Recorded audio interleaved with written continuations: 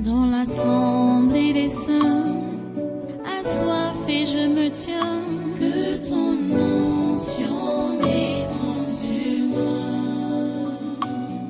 Conscient que mon destin est dans le creux de ta main, que ton onction descende sur moi. Je suis disposé, assoiffé, que ton onction descende sur moi. Je suis disposé, assoiffé, que ton onction descende sur moi.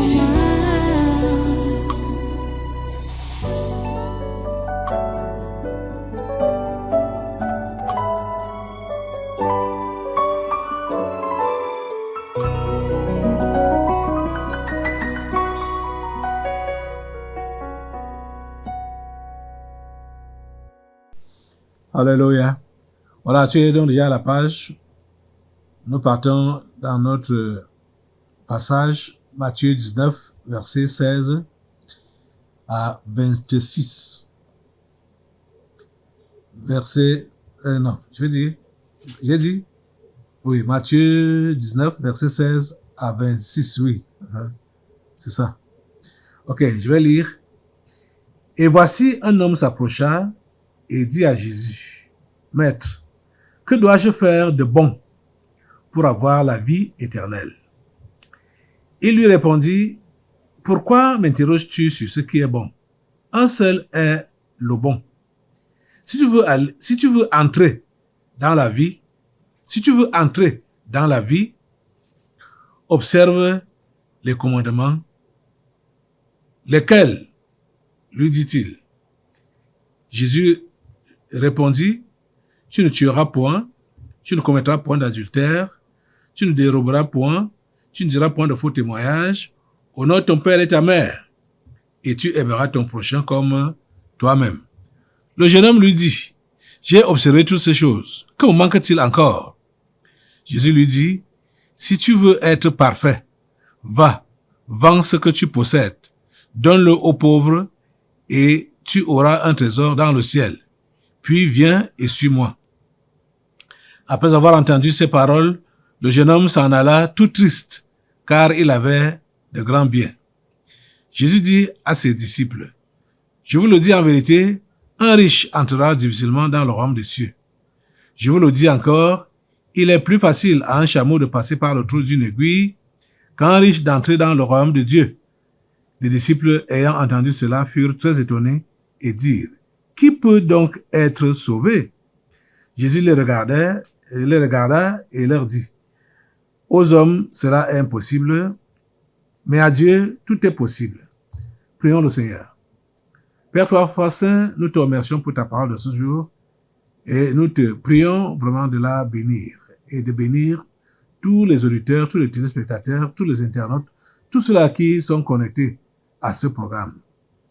Ô Dieu, merci parce que tu accomplis ta volonté dans nos vies. À toi la gloire, l'honneur, la puissance, la force. Seigneur, tout cela t'appartient. Au nom puissant de Jésus, nous avons prié. Amen, amen. Voilà, asseyez-vous, prenez place dans sa sainte présence et une fois de plus, soyez les bienvenus à ce programme, ce congrès des sciences naturelles de ce 6 juillet 2024. Voilà, nous évoluons avec notre programme. Ce jeune homme, il prétendait qu'il voulait la vie éternelle. Maître, que dois-je faire de bon pour avoir la vie éternelle? Et il savait que pour avoir la vie éternelle, il faut faire ce qui est bon. Il faut faire ce qui est bien pour avoir la vie éternelle. Et je sais que c'est ce que tout le monde sait même, d'ailleurs. Parce que tout le monde sait que il y a le bien et il y a le mal. Il y a le bon et il y a le mauvais. Les gens le savent. Et ils savent que C'est ce qui est bien, qui est approuvé. Et ce qui est mauvais là, ce n'est pas approuvé. Ok. Jésus n'a pas voulu tirer de long en large avec lui. Jésus lui a fait juste comprendre que s'il gardait les 10 commandements, il garantissait sa place au ciel. Donc, il devait avoir la vie éternelle. Parce que, qu'est-ce que Jésus lui répond? Il lui dit d'abord, pourquoi m'interroges-tu sur ce qui est bon? Un seul est le bon. Et Jésus lui dit, si tu veux entrer dans la vie, ça c'est très important. Si tu veux entrer dans la vie, qu'est-ce qu'il faut faire? Observe les commandements. Si tu veux entrer dans la vie, lui dit Jésus, observe les commandements. Et il fait comme s'il ne connaissait pas les commandements.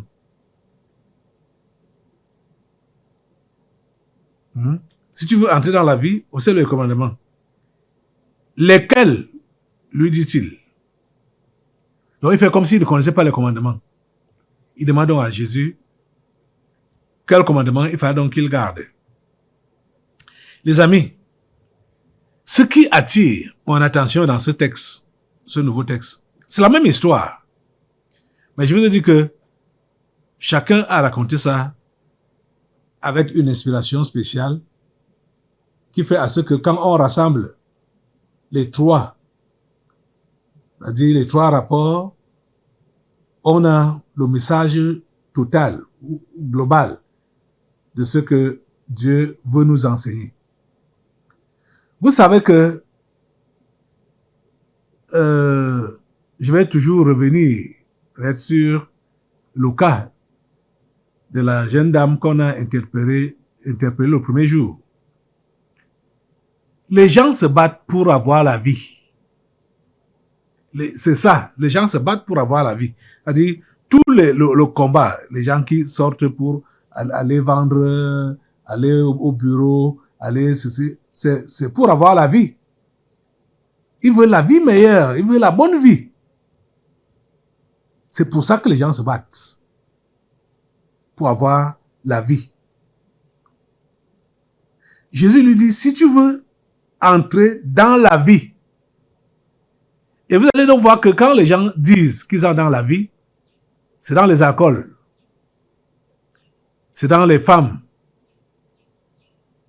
c'est dans le désordre sexuel, les drogues, les stupéfiants. C'est ça qu'ils appellent la vie. Et ils font exactement le contraire de ce que Jésus-Christ a dit à cet homme. Si tu veux entrer dans la vie, observe les commandements. Aujourd'hui, quand les gens disent qu'ils veulent vivre, ils veulent entrer dans la vie, c'est pour faire le contraire des commandements. C'est pour désobéir aux commandements. Il a demandé à Jésus, lesquels, lui dit-il.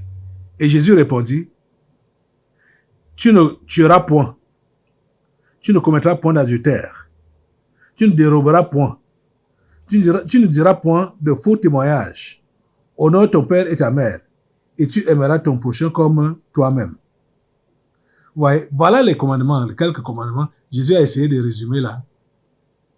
Que la personne qui veut entrer dans la vie, voilà les commandements qu'il doit observer. Mais vous-même, vous le savez, que quand il vous est venu dans la tête, dans la pensée qui vous vient dans la tête, quand vous pensez jouir de la vie, ce n'est pas pour observer ces commandements. C'est pas ce qui vous vient dans la tête, c'est pour transgresser les commandements, pour ne pas les observer. Vous faites le contraire de ce que Jésus demande à ce jeune homme. qui voulait entrer dans la vie. Jésus dit, si tu veux entrer dans la vie,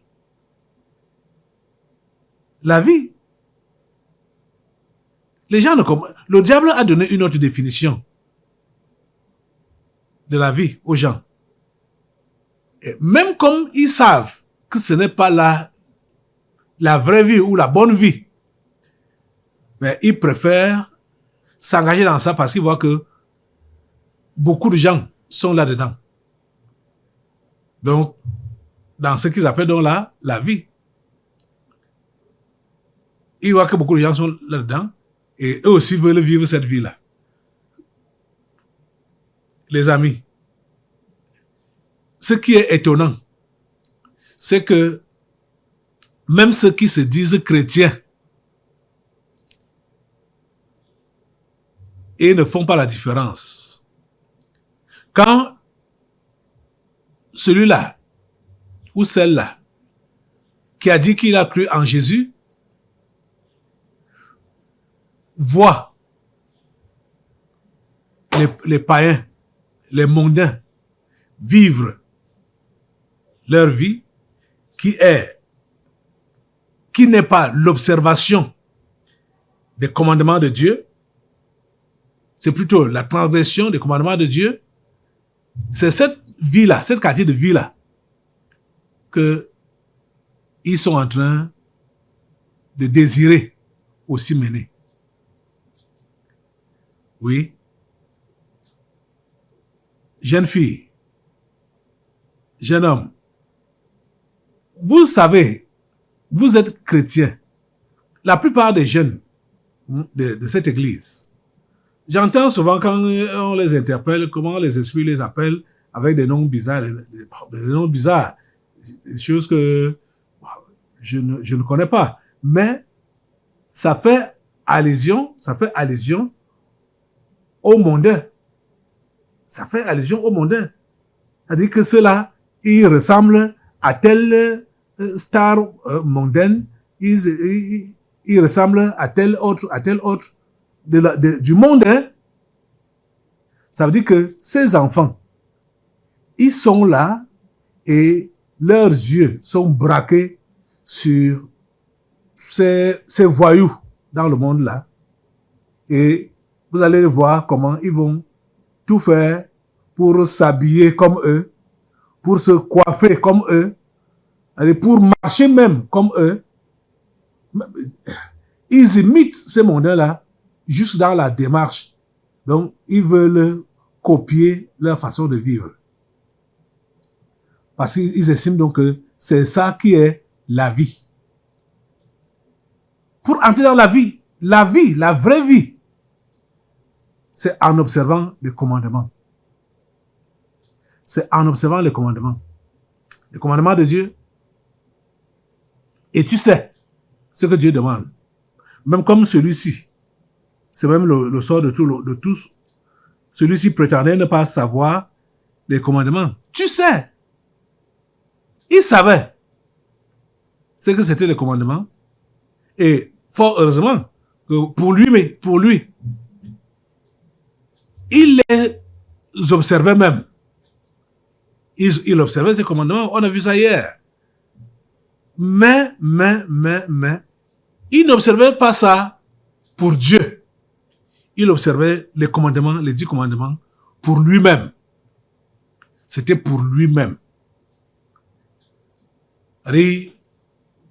Pour sa complaisance comme ça, ça lui plaisait de faire, de donner, ça lui plaisait de ne pas tuer, de ne pas voler. Bon, il n'avait même pas besoin de voler parce qu'il était riche déjà. Donc, dire des faux témoignages, bon, il va pas se salir dans des bêtises, des histoires banales.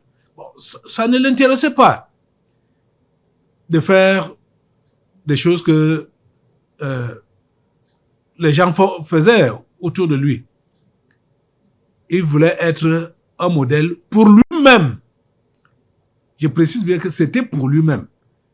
Parce que si c'était pour Dieu, il n'allait pas hésiter. Quand Jésus lui a dit, va vendre tout ce que tu as, donne cela aux pauvres et viens me suivre. il n'allait pas hésiter. S'il faisait ça, s'il avait gardé les 10 commandements pour Dieu, il n'allait pas hésiter de se débarrasser de tout ce qu'il avait. Il n'allait pas hésiter. Le verset va nous dire, le jeune homme lui dit,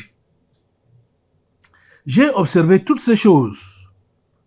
Que manque-t-il encore? Oh Seigneur. Mais vous voyez, il avait observé toutes ces choses, mais en lui-même, il savait que il y a un vide, que ce n'est pas tout, ça ne comble pas tout, ça ne répond pas à son besoin, ça ne répond pas à son désir. Il y avait encore un manque en lui. Que manque-t-il encore? Jésus lui dit, si tu veux être parfait, va, vends ce que tu possèdes, donne-le aux pauvres et tu auras un trésor dans le ciel. Puis viens et suis-moi. Voyez? Jésus ne nous demande pas de garder le maximum de ses commandements. Ce n'est pas ça que Jésus demande, ce n'est pas ça que Dieu demande.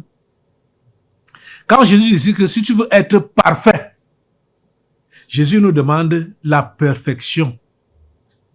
La perfection. Et la perfection, c'est quoi? Tu effaces tout et tu mets Dieu à la première place. C'est lui qui occupe la première place. Toi-même, tu n'existes plus. Rien n'existe plus te concernant. Rien. Ce n'est que Dieu, lui seul. Après avoir entendu ces paroles, le jeune homme s'en alla tout triste, car il avait de grands biens.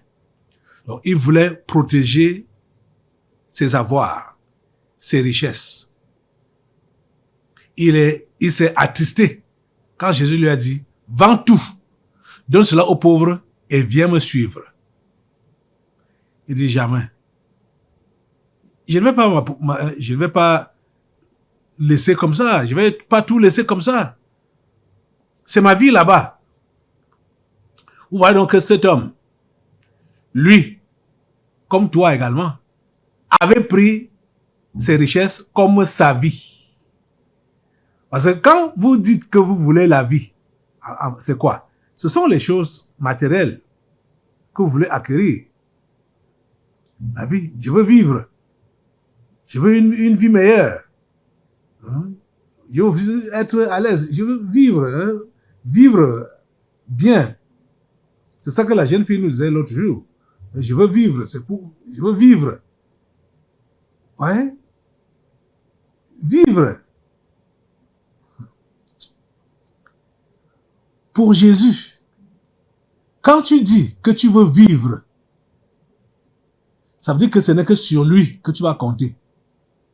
Et que tu es prêt à te dépouiller, te débarrasser de tout ce qui est pour toi. Des choses qui te donnent la vie, maintenant. Ou ce que tout le monde considère que c'est ça qui donne la vie. C'est ça qui est bien. Comme l'argent, comme les richesses, comme citer ces choses derrière lesquelles vous êtes là, croyant que c'est ça qui va vous donner la vie. Ce n'est pas ça qui est la vie. Ce n'est pas ça qui est la vie.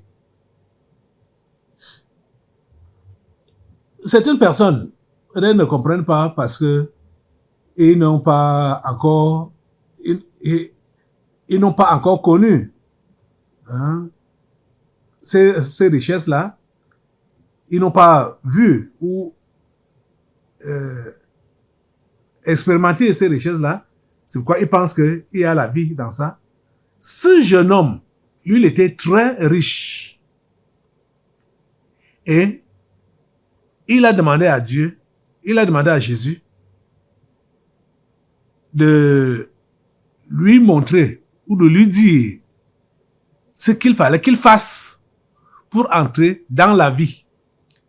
Jésus lui dit ce qu'il faut faire pour entrer dans la vie, mais il s'est avéré que lui, il avait déjà tout ce que les gens croient que c'est ça qui donne la vie, que c'est ça qui démontre qu'on a la vie. On a la vie meilleure, on a une bonne vie. Donc les richesses, les biens matériels. On lui a dit d'observer le commandement de Dieu. Il a dit qu'il fait ça. Il observe le commandement de Dieu depuis son enfance. Hein? Mais au fond de lui-même, il voyait qu'il y avait un manque. Il y avait un trou, un vide, un besoin. Et il voulait combler ça. Que me manque-t-il encore? Cher ami, laisse-moi te dire que si tu as même tout ce que tu cours après là, sans Jésus, tu auras toujours le vide en toi. C'est-à-dire, possède tout, argent, richesse, hein. Sans Jésus, je te dis que tu vas toujours sentir le vide. Quand vous pensez que c'est quand vous allez soit manger tel ou tel nourriture, il y a, oh mon Dieu, ou avoir de l'argent, ou manger à ta faim, manger à volonté. Quand tu as même déjà les moyens, tu crois que tu auras encore faim, la faim physique là, et tu pourras même manger quelle quantité. Si te faut manger, tu pourras manger quelle quantité. Tu vas sentir que il y a toujours un vide. Il y a toujours un vide en toi. Ce vide-là, ce n'est que Jésus qui peut combler ça. C'est lui seul qui peut combler ça. Le matériel, l'argent, les femmes, les hommes, hein, les divertissements et tout ce que tu peux, ou les gens, tout ce que les gens courent après aujourd'hui, ça ne peut pas combler ce vide-là. Que me manque-t-il encore? Regardez, ce garçon, il était bourré de richesses. Mais, il était, bourré de richesses et également pratiquant religieux. Mais, il y avait toujours un manque en lui. Il y avait toujours un vide en lui. C'est ça qu'il exprime ici. Que me manque-t-il encore? J'ai observé tout ça. J'ai observé les commandements. Mais je sens qu'il y a toujours un manque. Il y a toujours un vide. Tu sais, si tu ne te débarrasses pas de ce sur quoi tu es accroché là, et toi-même tu sais ce sur quoi tu es accroché. Je te disais ça hier, que quand Jésus va toucher ce sur quoi tu es accroché là, c'est là que tu vas montrer ton vrai visage. Aujourd'hui, tu peux dire que tu es chrétien, né de nouveau. Aujourd'hui, tu peux dire que tu es enfant de Dieu. Aujourd'hui, tu peux dire que vraiment tout va bien, tu es prêt à adorer Dieu, à lever les mains, tout ça là. Mais quand il va toucher ce sur quoi tu comptes le plus, en dehors de lui, bien sûr, c'est là que tu verras que tu n'avais jamais compté sur lui. Tu comptais sur des choses éphémères, des choses passagères. Et ton vrai visage de païen va se manifester. Parce que plusieurs, ils sont de bons chrétiens quand les choses vont bien pour eux. Pour eux, je dis bien pour eux. Quand les choses vont bien pour eux. Quand ils estiment que ici, ça c'est bon pour moi, quand ça c'est bien pour moi, ça, là, vous pouvez le voir lever les mains, adorer Dieu, dire qu'il prie, chanter, tout ça là, venir à l'église. Mais dès qu'ils sont un peu touchés,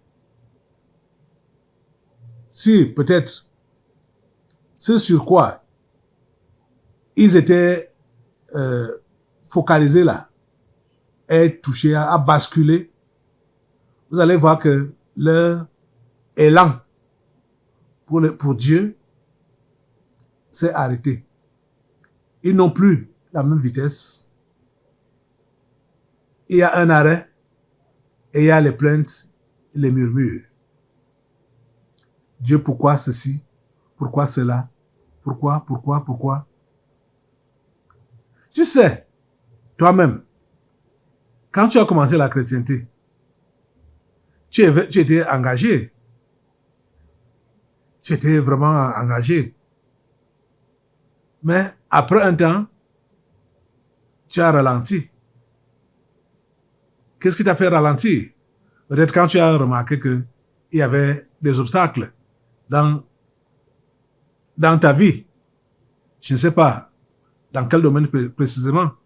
Mais tu as remarqué cela et tu t'es arrêté, tu t'es refroidi pour poser les questions à Dieu que pourquoi telle chose m'arrive? Pourquoi telle chose m'arrive? Ou même, tu es venu avec tes difficultés. On t'a dit, tu as dit que tu donnes ta vie à Jésus. Mais depuis que tu es là, ces difficultés ne se sont pas arrêtées, ça n'est pas fini. Et tu vas commencer à te poser les questions. J'ai donc cru pourquoi? Pourquoi je suis à l'église? Pourquoi, depuis que j'ai cru, tel problème, telle difficulté que j'ai traîné avec moi et qui m'a conduit même ici à l'église, cela n'est jamais fini. Tu vois? Ça veut dire quoi? Tu n'avais jamais levé tes mains entièrement pour dire à Jésus, tu prends toute la place. Tu prends toute la place et quel que soit ce que je peux expérimenter de négatif, je ne vais compter que sur toi. Je ne vais pas me décourager. Je ne vais pas me détourner. Je ne compte que sur toi. Cher ami, tu devrais réellement avoir Jésus comme ton seul Dieu. C'est lui seul qui doit être ton Dieu. C'est lui seul qui doit être ton tout. C'est Jésus seul qui doit être ta vie. Sois prêt à ce que on t'enlève tout. Et déjà même, ce n'est pas quelqu'un qui doit venir t'enlever tout. Non. C'est toi-même qui dois te décider de te débarrasser de tout. C'est toi-même qui dois le faire. Si on vient t'enlever tout ce que tu as là, bon, ça ne va, tu auras à te plaindre de cela. Que voilà, c'est tel qui m'a forcé, c'est tel qui m'a pris ma chose, tel qui a pris. Mais Jésus demande que ce soit toi-même. Parce que Jésus a dit à ce jeune homme, toi-même, va vendre tout ce que tu possèdes. Distribue le revenu aux pauvres. Après, viens et suis-moi. Donc, c'est lui-même qui devait prendre les devants pour vendre ce qu'il avait. Pour vendre ce sur quoi son cœur était attaché. Parce que Jésus avait remarqué que son cœur était vraiment attaché à ses biens, à ses richesses. Il lui a dit, toi-même, va vendre ça. Cher ami, ce matin, comprends ça. Que si toi-même, tu ne t'engages pas à vendre tes richesses, tu ne pourras pas prendre Jésus seul. Tu ne pourras pas aller jusqu'au bout avec Jésus. Tu ne pourras pas entrer dans la vie. Il faudrait que toi-même, volontairement, tu puisses dire, je me débarrasse. Je me débarrasse de tout. Je me débarrasse de tout. Seigneur, prends tout. Seigneur, prends tout. Je donne. Comme tu as dit là, je lève mes mains. Hein? Je lève mes mains. Je ne retiens plus rien. C'est toi-même qui dois prendre cet engagement-là. C'est chaque personne qui doit prendre cet engagement-là. C'est bien beau quand on est de bonne moralité. C'est bien beau. Quand on peut faire du bien, c'est bien beau. Quand on est même religieux, mais cela ne peut pas nous sauver. D'être religieux ou d'être de bonne moralité, ça ne peut pas nous sauver. C'est ça qu'on comprend. Ça ne peut pas. Parce que toutes ces choses qu'on va faire là, en dehors de Jésus, c'est pour nous-mêmes. C'est pour nous-mêmes. Et quand c'est pour nous-mêmes, Dieu n'a aucune part là-dedans. Il n'a aucune part. Est-ce que tu veux vivre pour Jésus? Pour Jésus seul? Est-ce que tu veux ne satisfaire que lui et lui seul? Cher ami, ça doit être ta décision. Parce que c'est cette décision-là qui va faire de toi un vrai chrétien. Et qui va permettre que, si tu fermes les yeux, tu puisses aller au ciel. Aller auprès de Jésus. La décision de tout abandonner entre les mains de Jésus. Les choses sur lesquelles tu es accroché là, le péché même, la vie mondaine, ça ne peut pas te sauver. Ça ne peut pas te sauver. Tu es accroché sur... Il y a d'autres qui sont accrochés sur le vide. Qu'est-ce que j'appelle vide? Leur avenir. L'avenir que tu ne connais pas. Tu ne sais même pas ce que ça te réserve. Et tu es accroché sur ça parce que tu dis que si maintenant là, tu t'engages pour les choses de Dieu, tu n'as pas un avenir assuré. Tu connais ce qui va se passer dans ta vie demain, après-demain. Tu connais, tu sais. Dans le vide, un avenir, dans le vide. Mais ils sont accrochés sur ça. Vous dites, non, mon avenir. Hein, mon avenir. Je dois penser à l'avenir de mes enfants. Et certains n'ont même pas encore de femmes, ni d'enfants, mais ils pensent déjà à l'avenir de leurs femmes, de leurs enfants. Quel avenir? Tu dois tout abandonner en les mains de Jésus. Tu dois tout abandonner en les mains de Dieu. Et c'est ça qui va faire de toi un bon chrétien. Et c'est ça qui va te permettre de ne plus être atteint. Je dis de ne plus être atteint par tes esprits familiers. Ils peuvent t'attaquer, mais ils ne vont pas t'atteindre. On a vu qu'avec Jésus lui-même, pendant qu'il faisait son ministère, sa famille charnelle était derrière lui.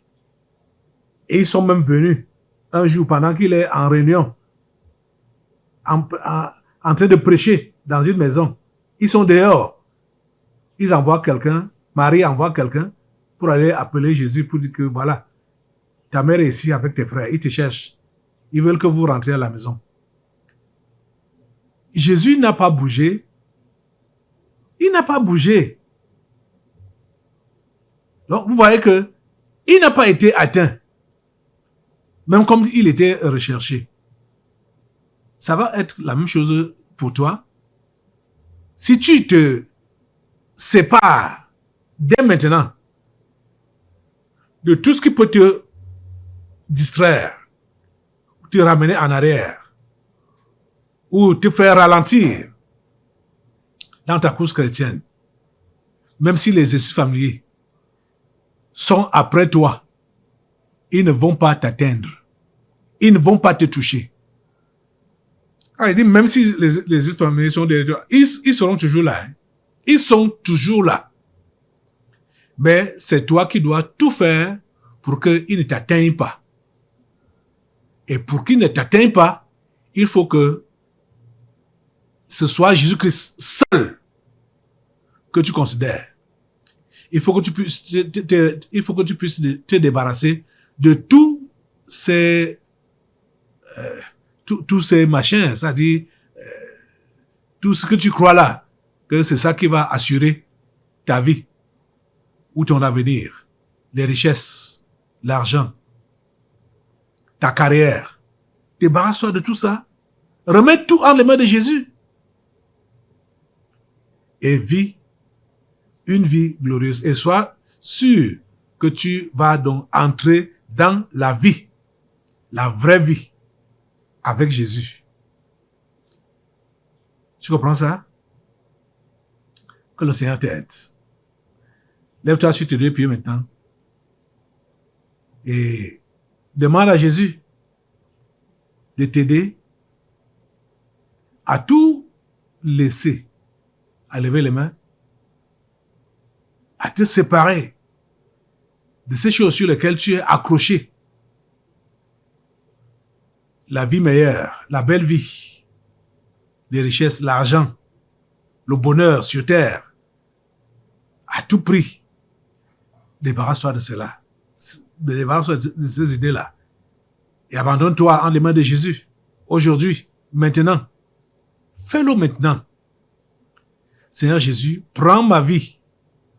Je laisse tout tomber. Je renonce à tout maintenant. Je renonce à tout maintenant. Au nom puissant de Jésus. Amen. Assois-toi. Nous allons maintenant passer aux délivrances prophétiques. Dans l'assemblée des saints, assoiffé je me tiens, que ton onction descende sur moi. Conscient que mon destin est dans le creux de ta main, que ton onction descende sur moi. Je suis disposé, assoiffé, que ton onction descende sur moi. Je suis disposé, assoiffé,